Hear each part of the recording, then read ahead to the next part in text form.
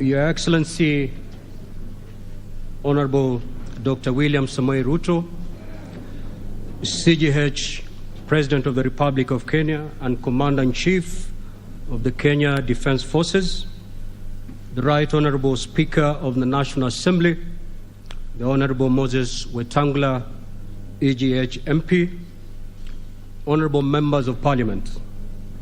Article 132(1) of the Constitution of Kenya requires the President to address the opening of each newly elected Parliament.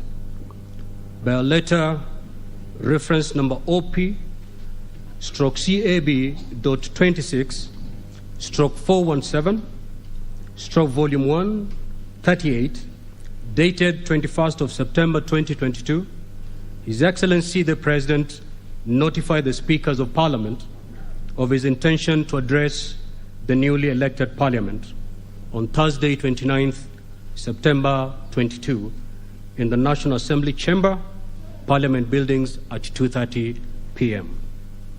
Accordingly, and pursuant to Article 132(1)(a) of the Constitution, and further pursuant to Standing Order number 24(1) of the Standing Orders of the Senate, by Gazette Notice number 11266, which was published in the Kenya Gazette of 22nd September 2022, I gave notice of this joint sitting to all honorable senators. Honorable members, this joint sitting is therefore properly convened.